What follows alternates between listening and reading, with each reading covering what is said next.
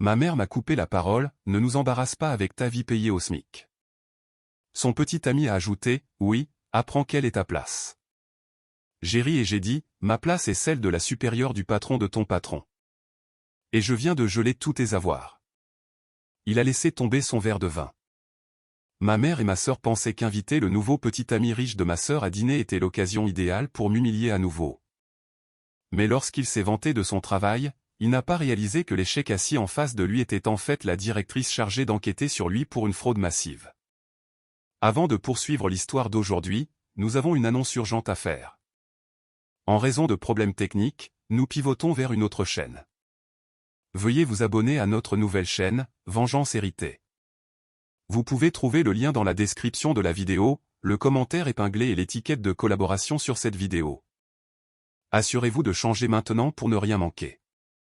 Merci pour votre soutien. Maintenant, revenons à l'histoire. L'épuisement s'était installé dans mes os comme du sable humide, lourd et abrasif. J'étais assise dans ma voiture, le moteur tournant au ralenti, fixant la porte d'entrée de la maison de ma mère. Mes mains tremblaient légèrement sur le volant, non pas de peur, mais sous le poids pur et écrasant des 72 dernières heures. Je n'avais pas dormi. J'avais à peine mangé. Mes yeux semblaient secs et sablonneux, et chaque battement de paupières était un effort conscient. J'ai regardé mon reflet dans le miroir rétroviseur. Des cernes sombres, une peau pâle, des cheveux tirés en un chignon sévère et pragmatique auquel je n'avais pas touché depuis que j'avais quitté le bureau à 4 heures du matin. Je ressemblais à une épave. Je ressemblais exactement à ce que ma famille pensait que j'étais, un échec luttant, épuisé, incapable de gérer sa vie. Et ce soir, je marchais vers un peloton d'exécution. Mon téléphone a vibré sur le siège passager. C'était un message texte d'Alix, ne sois pas en retard, et s'il te plaît, pour l'amour de Dieu, essaie d'avoir l'air présentable. Charles-Henri est important. Ne m'embarrasse pas. J'ai laissé échapper un rire amer et creux qui a éraflé ma gorge sèche. Charles-Henri est important. Si seulement elle savait à quel point Charles-Henri était devenu important pour moi au cours des 3 derniers jours, mais pas de la manière dont elle le pensait. Pour Alix, Charles-Henri était le ticket d'or, l'homme qui allait élever son statut social et prouver enfin qu'elle était la sœur supérieure à tous les égards imaginables.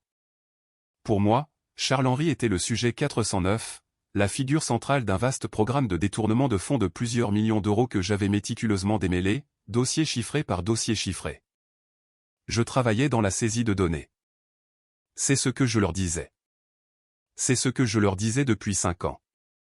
C'était plus facile ainsi. Si Françoise, ma mère, savait que j'étais en réalité la directrice de la conformité interne et de l'éthique pour le conglomérat multinational même pour lequel Charles-Henri travaillait et si elle savait que je gagnais 3 fois ce que Charles-Henri gagnait probablement elle m'aurait vidé de mon sang. Elle aurait exigé des voitures, des vacances, des prêts qui ne seraient jamais remboursés. Alors, je les ai laissés croire au mensonge. Je les ai laissés croire que j'étais Aurélie, la déception. Aurélie, qui vivait dans un petit appartement, ma deuxième maison, un leur, et conduisait une vieille citadine, ma voiture de week-end. Mais ce soir, la mascarade semblait différente. Les enjeux n'étaient plus seulement liés à la dynamique familiale. Ils étaient juridiques. Ils étaient nationaux. J'ai coupé le contact, le silence de la banlieue s'engouffrant pour remplir l'habitacle. J'ai saisi mon sac à main, un grand sac générique et éraflé que j'utilisais spécifiquement pour ces visites, laissant ma mallette en cuir italien cachée dans le coffre. J'ai pris une profonde inspiration, essayant de stabiliser le tremblement de mes mains. La nausée montait à nouveau, un mélange de manque de sommeil et de l'effroi face à ce qui allait se passer. Je ne marchais pas seulement vers un dîner. Je marchais vers une scène de crime où les criminels ne savaient même pas encore qu'ils avaient été pris. Et le pire dans tout cela? La personne que j'étais sur le point de détruire n'était plus seulement un cadre sans visage. Il était assis à la table à manger de ma mère, tenant la main de ma sœur. La trahison que je ressentais ne venait pas de Charles-Henri, il n'était qu'un costume à vide. La trahison venait d'elle, mon propre sang. Elle m'avait invité ici ce soir spécifiquement pour être témoin de leur triomphe et de mon échec. Elle voulait un public pour leur bonheur, et elle voulait un sac de frappe pour se sentir plus grande. J'ai ouvert la portière de la voiture et je suis sorti dans l'air frais de la soirée. En remontant l'allée, je pouvais les voir à travers la baie vitrée. Françoise riait en versant du vin. Alix rayonnait, se penchant vers un homme portant un costume gris élégant. Il ressemblait à une famille parfaite. Je me suis arrêté à la porte, ma main planant au-dessus de la sonnette. Une vague de vertige m'a frappé, et j'ai dû saisir le cadre de la porte pour me stabiliser. Vous n'avez aucune idée, ai-je chuchoté au bois de la porte, le secret brûlant sur ma langue comme de l'acide. Vous n'avez absolument aucune idée de ce que vous avez fait. Au moment où j'ai franchi la porte, la température a semblé chuter de 10 degrés. La chaleur et les rires dont j'avais été témoin depuis l'allée se sont évaporés instantanément, remplacés par un silence raide et artificiel. Françoise a été la première à me repérer. Elle n'a pas dit bonjour. Elle n'a pas demandé comment j'allais. Elle m'a simplement scanné de la tête aux pieds, ses yeux se rétrécissant lorsqu'ils se sont posés sur mon chemisier froissé et les bouts éraflés de mes chaussures plates. Sa lèvre s'est légèrement retroussée, une micro-expression de dégoût que j'avais passé 29 ans à mémoriser. « Tu es là » a-t-elle dit d'une voix monocorde. Ce n'était pas une salutation, c'était une accusation. « Et regarde-toi. As-tu seulement essayé, Aurélie ? Je t'avais dit que c'était une occasion spéciale. » J'ai refermé la porte derrière moi, m'appuyant contre elle pendant une fraction de seconde pour me soutenir. « Bonjour à toi aussi, maman. Je viens directement du travail. » Cela a été une longue. Travail, a ricané Alix depuis le salon. Elle était perchée sur le bord du canapé blanc, sa posture rigide et royale. Elle portait une robe qui coûtait probablement plus cher que ma voiture de l'heure, une chose en soie chatoyante qui hurlait nouveau riche. Si l'on peut appeler travail le fait de taper des chiffres dans un tableur pour le SMIC. Honnêtement, Aurélie, on dirait que tu as dormi dans ta voiture. Je n'ai pas beaucoup dormi du tout, en fait, ai-je dit en avançant plus loin dans la pièce. Ma voix était rauque, manquant d'énergie pour riposter. Des dates limites. Des dates limites pour de la saisie de données, Harry Françoise, un son sec et aboyant qui m'a agacé. Elle m'a tourné le dos, faisant un geste vers le salon. Eh bien, ne reste pas là à planer comme un fantôme. Viens rencontrer quelqu'un qui comprend réellement le sens d'une carrière. Je suis entré dans le salon. L'homme au costume gris s'est levé. Charles-Henri. Le voir en personne était déconcertant. J'avais passé les 72 dernières heures à regarder son visage sur des écrans, dans des séquences de vidéosurveillance et sur des badges d'identification. Je connaissais son numéro de sécurité sociale. Je connaissais le solde de son compte bancaire aux îles Caïmans. Je savais qu'il avait une allergie aux noix et qu'il préférait les assistants terrifiés aux assistants compétents. Mais le voir ici, debout sur le tapis perçant de ma mère, arborant ce sourire pratiqué et prédateur, me retournait l'estomac. Il était beau d'une manière générique et corporative. Des cheveux parfaitement coiffés, un costume trop bien ajusté, une montre qui coûtait 37 000 € à acheter, je le savais de source sûre, avec des fonds détournés du compte d'approvisionnement des fournisseurs le mois dernier. « Vous devez être Aurélie » a-t-il dit en tendant la main. Sa poignée était ferme, trop ferme, un jeu de domination déguisé en salutation. « Alix m'a tellement parlé de vous. » La pause était délibérée. Il me regardait avec des yeux froids et évaluateurs. Il voyait la femme fatiguée avec des vêtements bon marché, et il m'a immédiatement catégorisé, une proie, sans importance, indigne d'attention. « Ravi de vous rencontrer, Charles-Henri » ai-je dit en prenant sa main. Ma peau a frémi au contact. J'ai beaucoup entendu parler de vous aussi. Oh, j'en suis sûr, est intervenu Alix, glissant son bras dans le sien et serrant son biceps. J'ai été intarissable. Contrairement à certaines personnes, Charles-Henri va vraiment de l'avant. C'est un cadre, Aurélie. Un vrai, chez Omni Group. Le nom de l'entreprise est resté suspendu dans l'air comme une arme. Omni Group, ai-je répété, gardant mon visage parfaitement neutre. C'est impressionnant. Ça l'est, a dit Françoise en entrant avec un plateau d'apéritif. Elle a poussé le plateau vers Charles-Henri, m'ignorant complètement. Il est responsable de... Qu'est-ce que c'était déjà, Charles-Henri ? Compte stratégique, a corrigé Charles-Henri, bombant légèrement le torse. Comptes stratégiques mondiaux et logistiques. C'est un environnement de haute pression, très intense. Nous gérons des flux de milliards. Seuls les requins survivent. Il a fait un clin d'œil à Alix. Elle a gloussé. Je les regardais, une sensation étrange m'envahissant. Ce n'était pas de la jalousie. Ce n'était même plus de la colère. C'était un sentiment de calme terrifiant. Ils jouaient une pièce de théâtre, récitant des répliques sur le pouvoir et le succès, totalement inconscients du fait que la metteuse en scène du spectacle se tenait juste devant eux. Des milliards, ai-je murmuré, presque pour moi-même. C'est une grande responsabilité. Vous devez être très attentif aux détails. Charles-Henri a ri, un son méprisant. Les détails sont pour les subalternes, Aurélie. C'est aux gens du sous-sol de s'en inquiéter. Des gens comme... Enfin, vous savez. Je m'occupe de la vue d'ensemble. De la vision. C'est juste, ai-je dit, forçant un petit sourire serré. La vision. Venez, a dit Alix, entraînant Charles-Henri vers la salle à manger. Mangeons. Je ne veux pas que la nourriture refroidisse pendant que nous expliquons la hiérarchie de l'entreprise à Aurélie. Elle ne comprendra jamais de toute façon. Alors que je les suivais dans la salle à manger, regardant ma mère s'extasier devant Charles-Henri comme s'il était de sang royal, une pensée m'a frappé, une pensée claire et cristalline qui a percé le brouillard de mon épuisement. Il pense que je suis la perdante ici. Il pense que je suis un cas social. J'ai regardé le dos de Charles-Henri, son costume coûteux, sa démarche assurée. J'ai pensé au fichier se trouvant sur mon disque chiffré, celui intitulé Opération Nettoyage complet.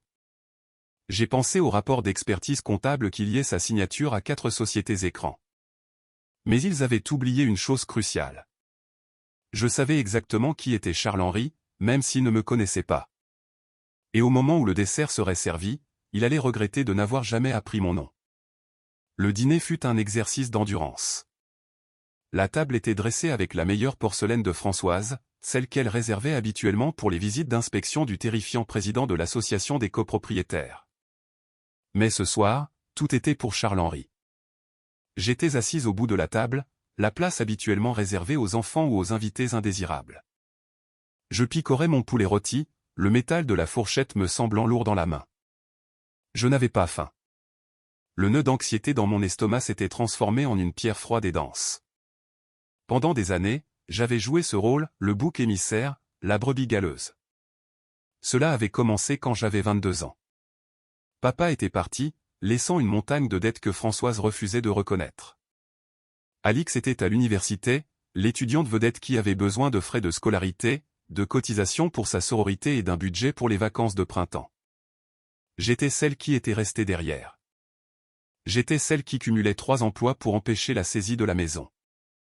J'étais celle qui remboursait les cartes de crédit que Françoise avait épuisées dans son chagrin. Mais je ne le leur ai jamais dit. Je payais les factures anonymement, versant de l'argent sur des comptes, interceptant les avis de saisie et les payant avec l'argent que je gagnais grâce à mon emploi de débutante en conformité. Je les ai laissés croire que la banque avait fait une erreur. Je les ai laissés croire que la chance les avait sauvés. Pourquoi? Parce que je les connaissais. S'ils savaient que j'avais de l'argent, ils s'arrêteraient de faire des efforts. Ils deviendraient des parasites. Alors, j'ai caché mes promotions. J'ai caché mes primes.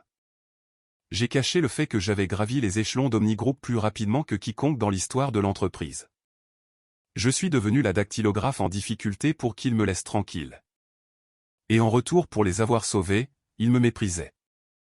Ils me méprisaient parce que mon combat leur rappelait ce qu'ils craignaient le plus, la pauvreté.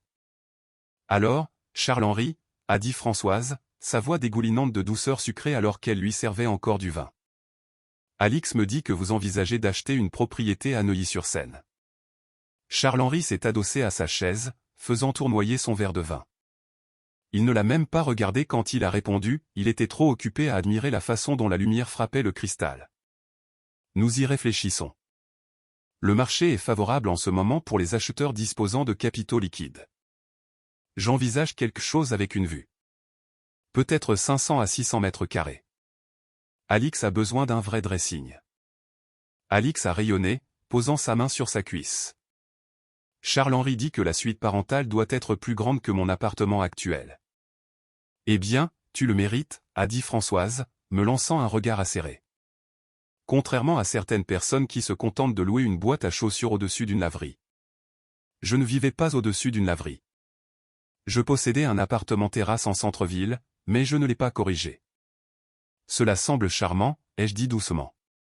Charles-Henri a tourné son regard vers moi, ses yeux vitreux, peut-être à cause du vin ou peut-être simplement à cause de l'ivresse de son propre ego. Vous savez, Aurélie, Alix me dit que vous êtes célibataire. Toujours. La façon dont il a dit toujours laissait entendre qu'il s'agissait d'une maladie terminale. Je me concentre sur mon travail, ai-je dit. Travail, a ricané Charles-Henri. Il a posé son verre. C'est vrai. La dactylographie. Vous savez, nous utilisons des agences d'intérim chez Omni Group pour les tâches de bas niveau. Le classement, le café. Je pourrais probablement faire jouer mes relations, vous obtenir un entretien. C'est mieux payé que n'importe quel petit boulot en indépendant que vous faites. Cela pourrait vous aider à sortir de cette boîte à chaussures. C'est tellement généreux de votre part, Charles-Henri. S'est exclamé Françoise en frappant des mains. Tu as entendu cela, Aurélie? Charles-Henri propose de t'aider. Tu devrais ramper devant lui. Je suis heureuse là où je suis, ai-je dit, la voix ferme, bien que mon cœur martèle ma cage thoracique. Le sourire de Charles-Henri n'atteignait pas ses yeux. C'était un ricanement maintenant. Ne soyez pas fière, Aurélie. La fierté est pour les gens qui peuvent se le permettre. Honnêtement, c'est un peu embarrassant pour Alix. Elle monte dans le monde. Elle sera bientôt la femme d'un vice-président. Elle ne peut pas avoir une sœur qui ressemble à. Enfin, à vous. Il m'a désigné avec sa fourchette, d'un geste dédaigneux et désinvolte qui englobait mon absence de maquillage, mes vêtements simples, mon existence entière. Cela nuit à l'image de Marc, a ajouté Charles-Henri, prenant une bouchée de pommes de terre. Et dans mon monde, l'image est primordiale. Il faut avoir l'air de tenir le rôle pour obtenir le rôle. C'est pourquoi je conduis la voiture que je conduis. C'est pourquoi je porte cette montre. Il a tapoté le cadran de sa montre. La perception est la réalité. Si vous avez l'air d'un perdant, les gens vous traitent comme tel. J'ai senti un muscle tressaillir dans ma mâchoire. Il me faisait la leçon sur l'image. Il me faisait la leçon à moi, la femme qui avait écrit le code d'éthique qu'il était en train de violer sur les normes professionnelles. Est-ce vrai? Ai-je demandé, ma voix baissant d'un octave. Vous pensez que la montre fait l'homme, Charles-Henri? Je pense que la montre montre au monde que je suis un gagnant, a dit Charles-Henri, se penchant en avant. Et cela montre que je suis assez intelligent pour prendre ce que je vaux. Prendre ce que vous valez, ai-je répété lentement. Exactement, a-t-il dit en souriant à Alix. Tout est une question d'influence, savoir où les cadavres sont enterrés, n'est-ce pas? Il a ri de sa propre blague. Françoise a ri. Alix a ri. Je le fixais. Il n'en avait aucune idée. Il était assis là, mangeant le poulet rôti de ma mère, ignorant totalement que j'étais celle qui tenait l'appel. La transition entre le plat principal et le dessert a ressemblé à une manœuvre militaire. Françoise a débarrassé les assiettes avec une énergie frénétique et nerveuse, ses yeux faisant la navette entre Charles-Henri et la cuisine comme si elle cherchait des tireurs embusqués invisibles. Elle voulait désespérément que cette soirée soit parfaite, désespérément sceller l'ascension d'Alix dans la catégorie d'imposition des clubs privés. Je l'ai regardé racler les restes du poulet rôti dans la poubelle, ses mains tremblant légèrement. C'était pathétique. C'était tragique. Et cela allait devenir bien pire. Gâteau au fromage, a annoncé Françoise, revenant à la table avec emphase. Elle a placé un énorme gâteau acheté en magasin au centre de la table. Charles-Henri, j'espère que vous avez gardé de la place. Alix me dit que vous êtes un grand amateur de sucreries. Je garde toujours de la place pour le meilleur, a dit Charles-Henri, desserrant sa cravate. Il s'est adossé à sa chaise, l'image même de la gourmandise satisfaite. Il a pris une gorgée de son vin, son troisième verre, et ses yeux, légèrement vitreux maintenant, se sont de nouveau tournés vers moi. Il ne pouvait pas s'en empêcher. C'était le propre des hommes comme Charles-Henri, il ne leur suffisait pas de gagner, ils avaient besoin que quelqu'un d'autre perde. Mon silence, mon absence d'admiration l'irritait. Il avait besoin que je reconnaisse sa supériorité. Il avait besoin que la sœur perdante s'incline. Alors, Aurélie, a-t-il commencé, sa voix un peu plus forte maintenant, trébuchant légèrement sur les voyelles. Nous n'en avons jamais vraiment fini. Qu'est-ce qui vous occupe exactement toute la journée? Alix dit saisi de données, mais c'est vague. Est-ce l'assurance? La facturation médicale? Ou êtes-vous l'une de ces personnes qui tapent les codes de vérification pour les sites internet? Il a ri de sa propre plaisanterie. Alix l'a rejoint, un son aigu et piaillant qui m'a agacé les dents. J'ai posé ma fourchette. Le métal a teinté contre la porcelaine, un son net et délibéré qui a interrompu leur rire. C'est un peu plus complexe que cela, ai-je commencé, ma voix calme et posée. Oh, ne fais pas ça, a immédiatement aboyé Françoise. Elle planait avec le couteau à gâteau, le visage crispé par un avertissement. Ne l'ennuie pas, Aurélie. Personne ne veut t'entendre parler de tes tableurs ou de tes petits soucis de loyer. Ne nous embarrasse pas. Oui, a ajouté Alix, posant sa tête sur l'épaule de Charles-Henri, me regardant avec un mélange de pitié et d'agacement. Franchement, Aurélie, peut-être pourrais-tu mentir cette fois. Invente quelque chose. Dis-lui que tu es astronaute ou neurochirurgienne, juste pour ne pas avoir l'air si pathétique pour une fois. La pièce est tombée dans le silence. L'insulte est restée suspendue dans l'air, grossière et pesante. Alix a souri avec mépris, attendant que je m'écrase, que je baisse les yeux, que je m'excuse pour mon existence comme je l'avais fait 1000 fois auparavant. Mais je n'ai pas baissé les yeux. J'ai levé la tête. Et pour la première fois de la soirée, j'ai laissé tomber le masque. J'ai souri. Ce n'était pas un gentil sourire. Ce n'était pas le sourire poli et soumis d'Aurélie, la dactylographe en difficulté. C'était le sourire que je portais lorsque j'entrais dans une salle de conférence pour licencier un PDG. C'était le sourire de la faucheuse. Mentir? Ai-je répété doucement, testant le mot. Tu veux que je mente, Alix? L'air dans la pièce a changé. C'était subtil au début, une charge statique s'accumulant avant une tempête. Françoise s'est figée, le couteau à mi-chemin du gâteau au fromage. Alix a froncé les sourcils, sentant un changement de fréquence mais incapable de l'identifier. Je ne pense pas avoir besoin de mentir, ai-je dit, mes yeux se fixant sur ceux de Charles-Henri. En fait, Charles-Henri, mon travail est tout à fait fascinant, surtout dernièrement. J'ai travaillé sur un projet très spécifique, un audit d'expertise comptable. Charles-Henri a cligné des yeux, son verre de vin arrêté à mi-chemin de sa bouche. Un audit? Oui, ai-je dit, me penchant en avant, appuyant mes coudes sur la table. Cela concerne un cadre de haut niveau dans une multinationale majeure. Omni Group, en fait. Vous la connaissez bien. Le sourire de Charles-Henri a vacillé un tout petit peu. Omni Group a des centaines d'auditeurs. Nous avons tout un département pour cela. C'est vrai, ai-je dit. Mais celui-ci est interne. Strictement confidentiel. Il concerne la stratégie d'approvisionnement des fournisseurs pour la région Sud-Est. Plus précisément, une société écran appelée Apex Solutions SARL. La couleur a quitté le visage de Charles-Henri si vite que c'était comme si quelqu'un avait ouvert une bombe dans son talon. Sa peau est passée d'un rose rougeau imbibé de vin à un gris maladif et translucide.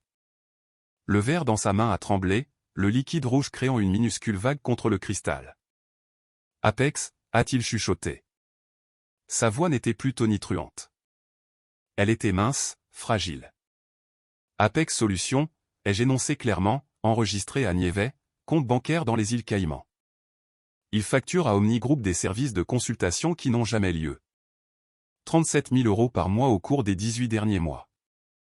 C'est une somme considérable pour de la consultation.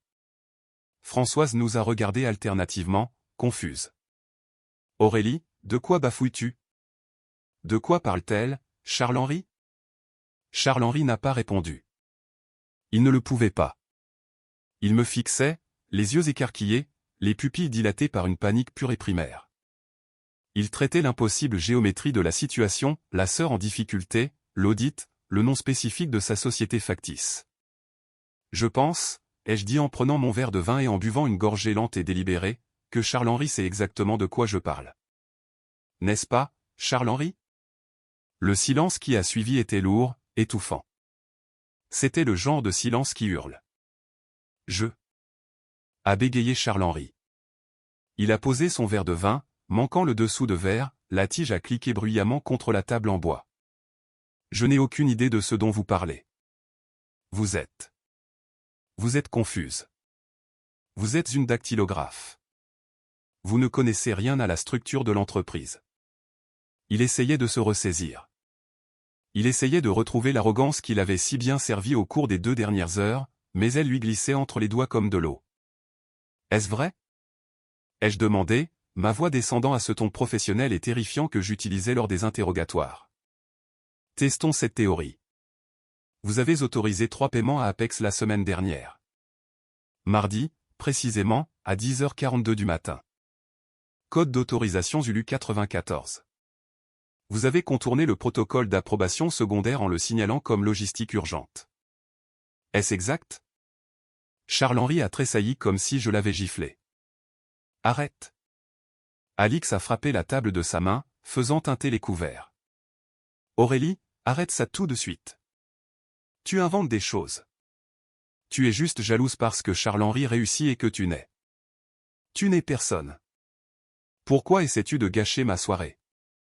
Je ne gâche pas ta soirée, Alix, ai-je dit calmement, sans rompre le contact visuel avec Charles-Henri. Je te sauve d'une accusation de complicité de crime. Car quand les enquêteurs viendront le chercher et ils ont tendance à s'intéresser aussi aux petites amies. Surtout celles qui ont de nouveaux bijoux. Françoise a eu un hoquet de surprise, sa main volant à sa gorge. Crime?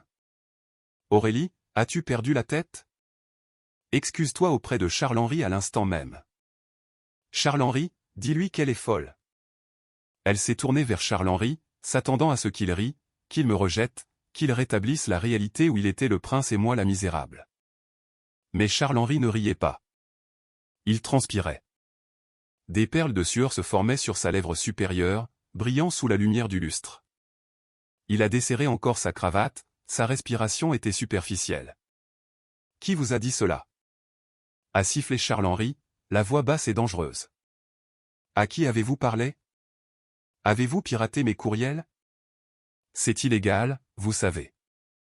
Je pourrais vous faire arrêter. Je n'ai rien piraté, ai-je dit. J'ai un accès. Un accès complet. Une habilitation de niveau 5. Vous êtes une intérimaire. A-t-il crié, son sang-froid finissant par lâcher. Vous n'êtes personne. Vous saisissez des données. Vous n'avez pas d'habilitation de niveau 5. Seuls les directeurs ont cela. Exactement, ai-je dit. J'ai plongé la main dans mon sac bon marché. Le bruit de la fermeture éclair s'ouvrant était le seul son dans la pièce. J'ai sorti un dossier noir élégant. Ce n'était pas du carton, c'était une reliure en cuir, frappée de l'emblème doré d'Omni Group. Je l'ai lancé sur la table. Il a glissé sur le bois poli et s'est arrêté juste devant son assiette. Ouvrez-le, ai-je ordonné. Charles-Henri a fixé le dossier comme s'il s'agissait d'une bombe. J'ai dit, ouvrez-le. Sa main a tremblé violemment alors qu'il avançait le bras. Il a ouvert la couverture. La première page était un dossier du personnel. Son dossier du personnel. Tamponné en travers du haut en lettres grasses et rouges figurait le mot « licencié ». En dessous se trouvait une photo de surveillance le montrant en train de retirer de l'argent d'un distributeur automatique de billets dans les îles Caïmans. Mon nom, ai-je dit, le regardant lire, est Aurélie Vance. Vous ne connaissez peut-être pas mon visage, Charles-Henri, car je travaille habituellement depuis le bureau de Lyon. Mais vous connaissez mon titre. Vous avez envoyé des courriels à mon département. Il a levé les yeux, lisant le nom au bas du document, Aurélie Vance, directrice de la conformité interne et de l'éthique. Vous, a-t-il bégayé. Vous êtes la faucheuse. C'est le surnom, oui, ai-je dit agréablement. Je préfère directrice, mais je réponds aux deux. Françoise a laissé échapper un gémissement confus. Directrice? Aurélie, mais tu avais dit que tu étais dactylographe. Tu as dit que tu pouvais à peine payer ton loyer. J'ai menti, maman, ai-je dit, la regardant enfin. J'ai menti parce qu'à chaque fois que j'ai de l'argent, tu essaies de me le prendre. J'ai menti parce que je voulais savoir si tu m'aimais, ou si tu aimais seulement ce que je pouvais t'acheter. Je pense que nous avons une autre réponse ce soir. C'est un faux, a dit Charles-Henri, repoussant le dossier, bien que sa voix manque de toute conviction. Vous avez imprimé cela à l'imprimerie du coin. C'est une blague. Une blague de mauvais goût. Vraiment? J'ai sorti mon téléphone de ma poche. Parce que j'ai le chef du service juridique en numérotation abrégée. Il attend mon appel pour autoriser le gel de vos avoirs. La voiture, celle garée dans l'allée? L'équipe de saisie est déjà en route. La montre? Vous devriez peut-être l'enlever maintenant. C'est une preuve. Charles-Henri s'est levé si vite que sa chaise a basculé en arrière avec un fracas assourdissant. Vous ne pouvez pas faire ça, a-t-il hurlé, pointant un doigt tremblant vers moi. Savez-vous qui je suis? Je rapporte des millions à cette entreprise. Vous volez des millions à cette entreprise, ai-je corrigé. Et à compter de 9 heures ce matin, au moment où j'ai déposé le rapport final, vous n'êtes plus un employé. Vous êtes une responsabilité juridique. Le fracas de la chaise a semblé sortir Alix de sa transe. Elle s'est levée, le visage rouge de honte et de rage. Mais fidèle à elle-même, sa rage n'était pas dirigée vers le criminel qui lui avait menti. Elle était dirigée vers la sœur qui l'avait démasquée. Tu n'es qu'une sorcière jalouse et amère, a crié Alix, saisissant le bras de Charles-Henri comme pour l'ancrer physiquement dans la pièce. Regarde ce que tu fais. Tu inventes ces mensonges insensés juste pour l'humilier. Maman, fais quelque chose. Mets-la dehors. Aurélie, a dit Françoise d'une voix tremblante, essayant de reprendre le contrôle de son dîner. Cela est allé trop loin. Je ne sais pas à quel genre de jeu tu joues avec ces accessoires, mais tu es en train de gâcher le bonheur de ta sœur. Charles-Henri est un homme bon. Il la traite comme une princesse. Il se sert d'elle comme d'un bouclier. Maman, ai-je dit, désignant Charles-Henri, qui était alors caché derrière Alix, tapant frénétiquement sur son téléphone. Regarde-le. Est-ce là le comportement d'un homme innocent? Ou est-ce le comportement d'un homme qui essaie de transférer des fonds avant que les comptes ne soient verrouillés? J'appelle la sécurité, a hurlé Charles-Henri, brandissant son téléphone. J'appelle la police. Vous me harcelez. Allez-y, ai-je dit en croisant les bras. Appelez la police. S'il vous plaît. Cela m'évitera de le faire, car la gendarmerie est déjà en train de préparer l'acte d'accusation. Voulez-vous vraiment accélérer le processus? Charles-Henri s'est figé, le téléphone s'est abaissé lentement. Vous bluffez, a-t-il chuchoté. Vous ne feriez pas cela. Vous ne feriez pas cela à votre propre famille. Alix, dis-lui. Il s'est tourné vers Alix, la saisissant par les épaules. Sa prise était désespérée, trop serrée. Chérie, dis-lui d'arrêter. Dis-lui qu'elle est folle. Je vais t'acheter cette maison, tu te souviens? Celle avec le dressing? Nous allons à Paris le mois prochain. Ne la laisse pas gâcher cela. Alix le regardait, les yeux écarquillés et humides. Elle voulait le croire. Je pouvais voir le combat désespéré sur son visage. Elle voulait la maison. Elle voulait le statut. Elle voulait tellement le fantasme qu'elle était prête à ignorer le bâtiment en flammes autour d'elle. Aurélie, a supplié Alix en se tournant vers moi. S'il vous plaît. Arrête, tout simplement. Même s'il a fait une erreur.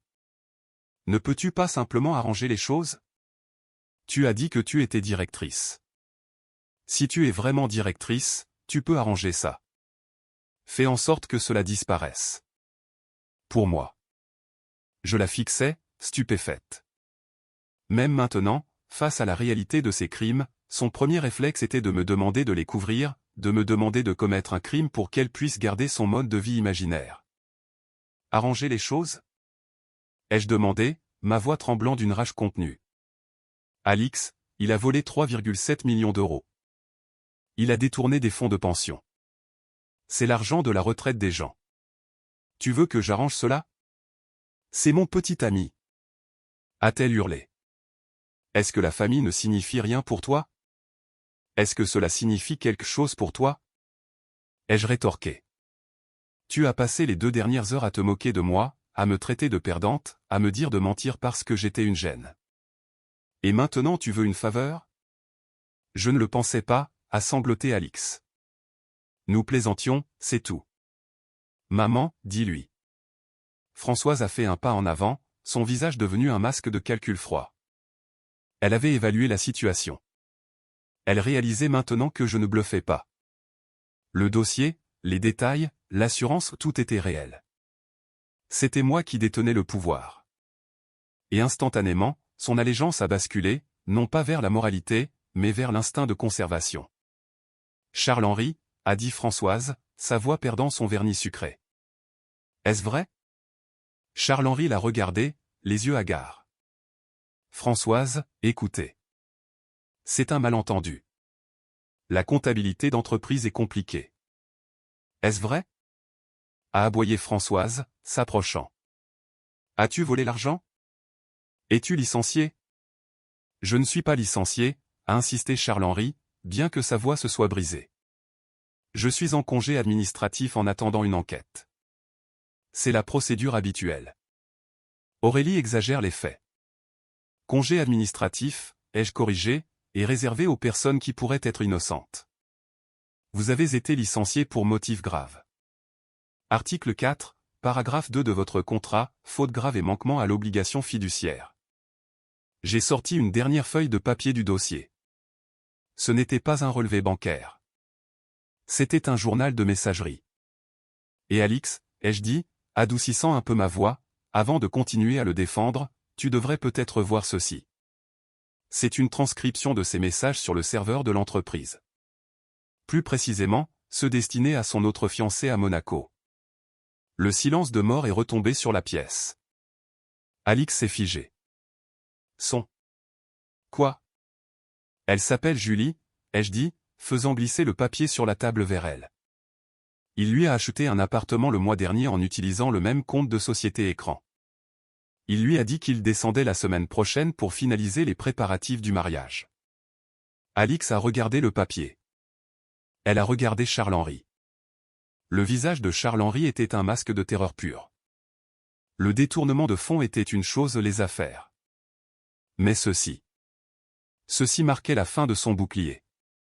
Chérie, non, a supplié Charles-Henri, les mains levées. C'est une cliente.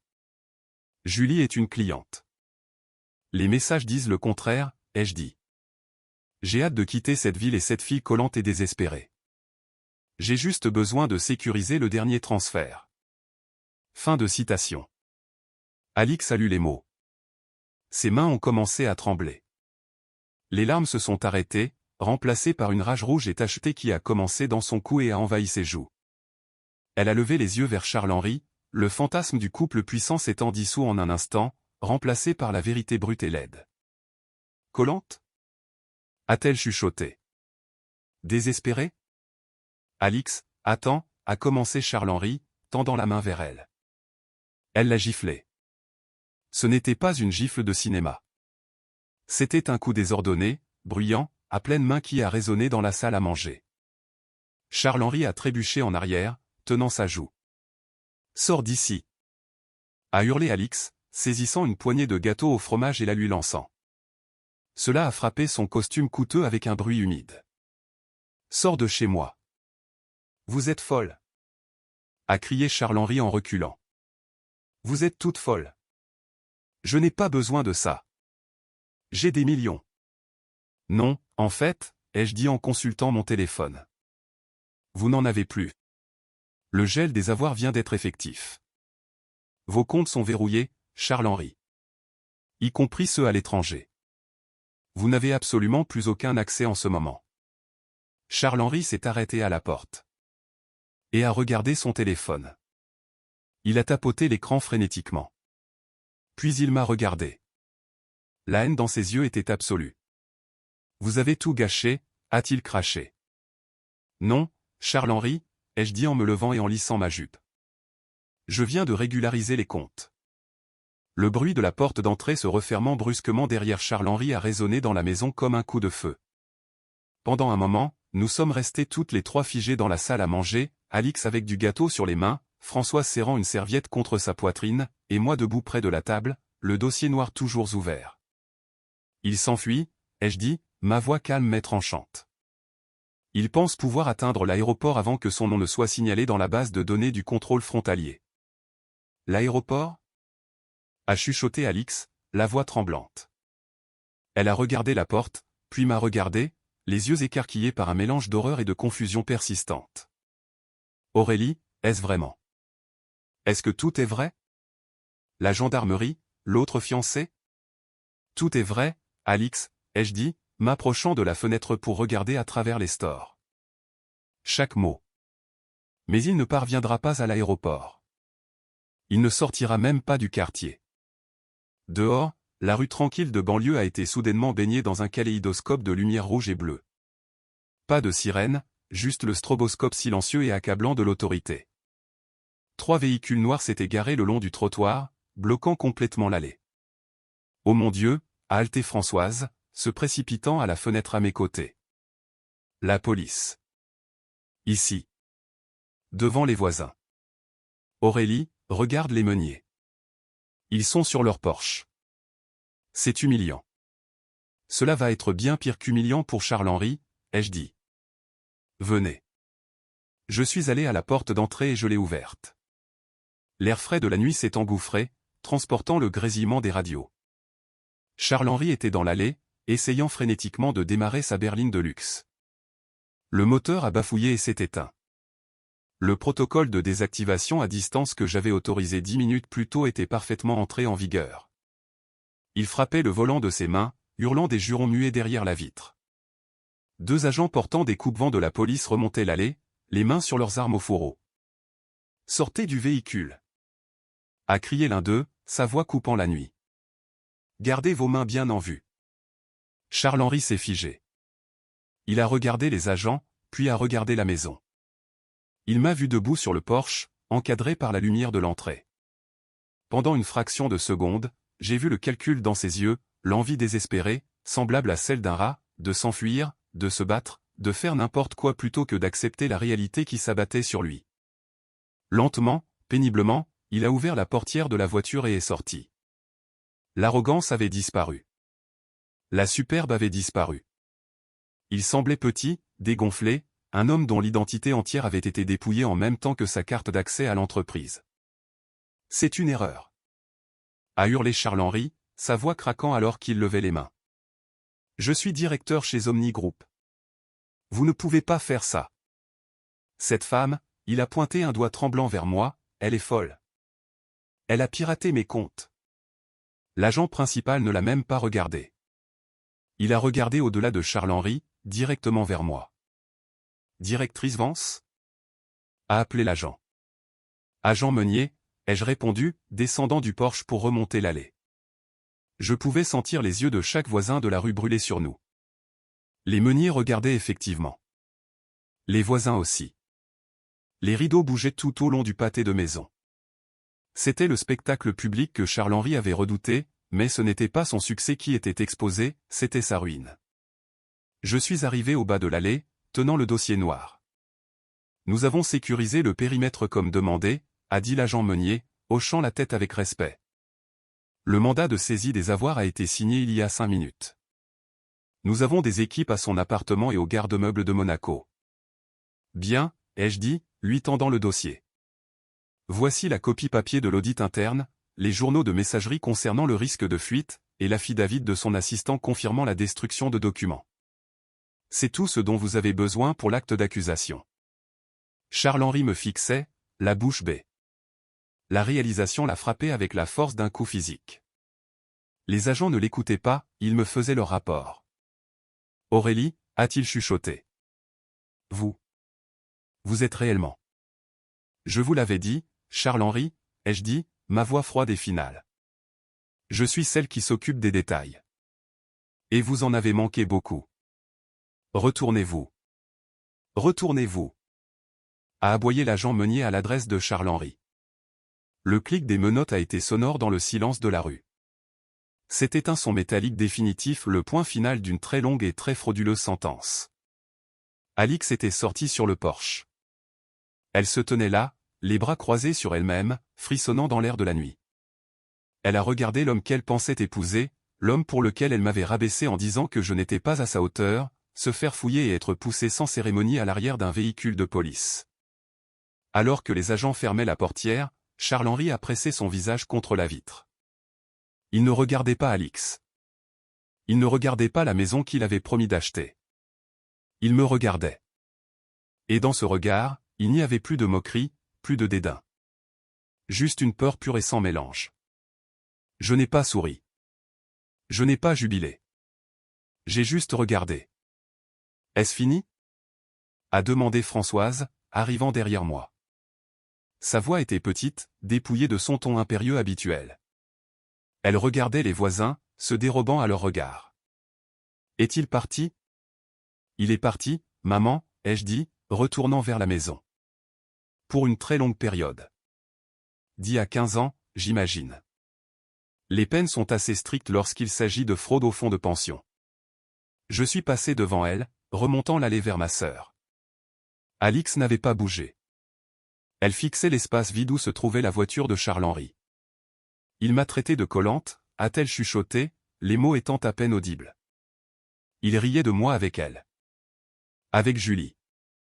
Il se servait de toi, Alix, ai-je dit doucement. Il avait besoin d'une adresse locale pour enregistrer la société écran. Il avait besoin de quelqu'un ayant des antécédents de crédit impeccables pour co-signer le bail de l'entrepôt. Il te préparait à porter le chapeau si les choses tournaient mal. Alix m'a regardé, ses yeux se remplissant de nouvelles larmes. Il allait me faire accuser. Pourquoi penses-tu qu'il insistait tant pour mettre les factures de service public à ton nom? Ai-je demandé.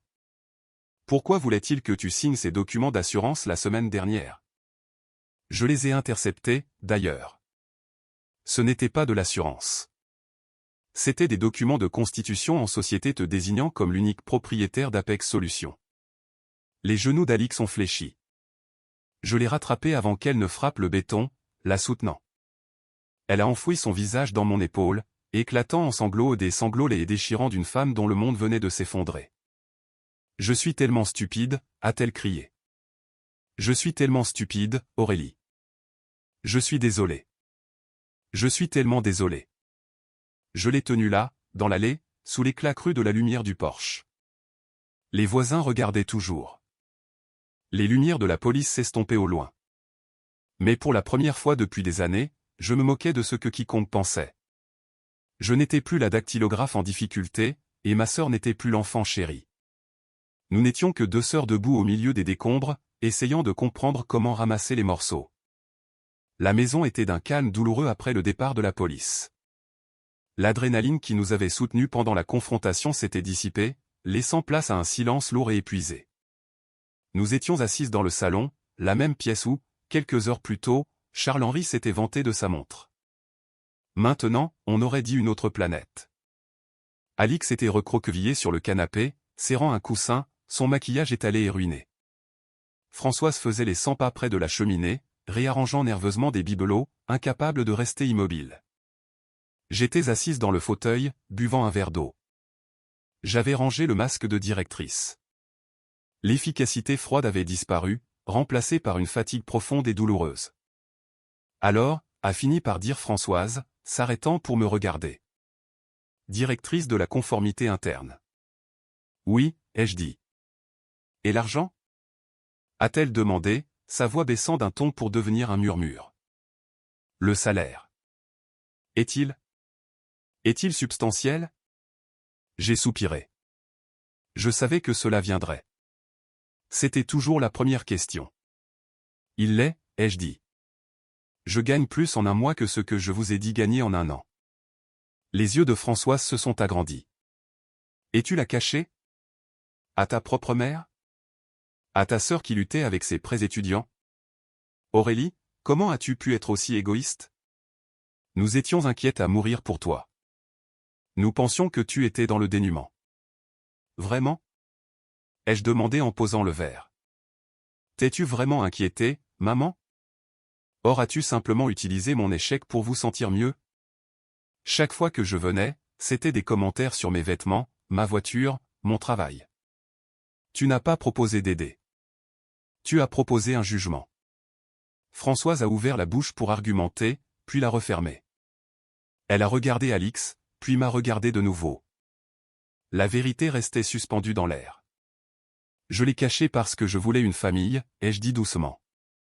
Je ne voulais pas être un distributeur automatique de billets. Je ne voulais pas être la personne que vous appeliez seulement quand vous aviez besoin d'un chèque. Je voulais voir si vous pouviez m'aimer juste parce que je suis Aurélie. Pas Aurélie la réussite. Juste moi. Alix a levé les yeux de son coussin, ses yeux rouges et gonflés. Et nous avons échoué, a-t-elle chuchoté. N'est-ce pas? Vous n'avez pas facilité les choses, ai-je admis. Ce soir. Ce soir a été dur, Alix. Te voir me dire de mentir, t'entendre me traiter de pathétique. Cela a fait plus de mal que tout ce que Charles-Henri a pu dire. Alix a tressailli, de nouvelles larmes coulant sur ses joues. Je sais. Je me suis laissé emporter. Il rendait tout si parfait. Je voulais tellement que ce soit vrai. Et je m'en suis prise à toi parce que te regarder me faisait me sentir coupable. Comme si je te laissais derrière moi. Tu ne me laissais pas derrière toi, ai-je dit. Tu étais entraîné vers le bas par une ancre. Je me suis levé et je suis allé vers le canapé. Je me suis assise à côté d'elle. Elle s'est raidie un instant, puis s'est penchée vers moi, posant sa tête sur mon épaule. C'était un geste que nous n'avions pas partagé depuis l'adolescence. J'ai arrêté le transfert, ai-je dit doucement. Les documents de constitution que tu as signés, je ne les ai jamais déposés. Tu es hors de cause, Alix. Tu n'es responsable d'aucune de ces dettes ni d'aucun de ces crimes. La police sait que tu étais une victime, pas une complice. Je m'en suis assuré dans mon rapport. Alix a laissé échapper un long soupir tremblant. Tu m'as sauvé. Après tout ce que j'ai dit. Tu m'as sauvé. C'est ce que font les grandes sœurs, ai-je dit en caressant ses cheveux. Même quand les petites sœurs se comportent comme des pestes. Elle a laissé échapper un rire faible et larmoyant. J'étais plus qu'une peste. J'étais un monstre. Nous pouvons travailler là-dessus, ai-je dit. Mais pour l'instant, tu es en sécurité. C'est ce qui compte. 6 mois plus tard, la salle d'audience était stérile et froide, sentant la cire à parquet et le vieux papier. J'étais assise au dernier rang, pas au premier.